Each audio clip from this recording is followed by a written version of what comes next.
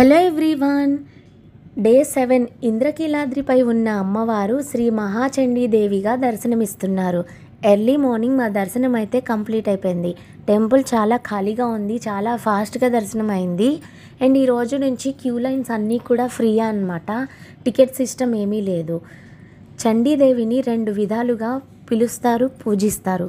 చండీదేవి ప్రశాంతవదనంతో ఉన్నప్పుడు ఉమాగౌరి, పార్వతి, హైమావతి, శతాక్షి, జగన్మాత భవాని అని కొలుస్తారు.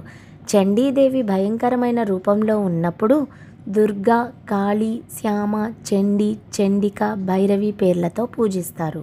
శరన్నవరాత్రుల సందర్భంగా చండీదేవి అలంకారంలో ఉన్న కనకదుర్గమ్మను దర్శించుకుంటే మనసులో ఉండే కోరికలు నెరవేరుతాయని భక్తుల విశ్వాసం. చండీదేవి అసలు ఎలా ఆవిర్భవించారు అంటే, ఇంద్రుడి సింహాసాన్ని ఆక్రమించుకునే ప్రయత్నంలో భాగంగా దేవతలను చిత్రహింసలకు గురిచేశారు. అసురులు దిక్కుతోచని పరిస్థితుల్లో దేవతలంతా శంకరుని వద్దకు వెళ్ళి రాక్షసుల బారి నుంచి రక్షించమని వేడుకున్నారు. ఆ సమయంలో శివుడు మాతృదేవతలను స్తుతించమని సూచించాడు. అప్పుడు దేవతలంతా కలిసి మాతృదేవతలను స్తుతించగా లక్ష్మీ, సరస్వతి, గౌరి ఈ ముగ్గురి శక్తి కలిపి ఓ రూపం ఆవిర్భవించింది. ఆ రూపమే చండీదేవిగా రాక్షసులను సంహరించి దేవతలను రక్షించిన నిలిచింది.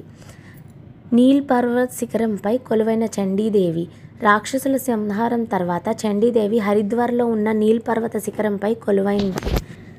అండ్ ఈరోజు అన్నప్రసాదంకి రావట్లేదు, ఎందుకంటే మూలా నక్షత్రం నైట్ కాబట్టి.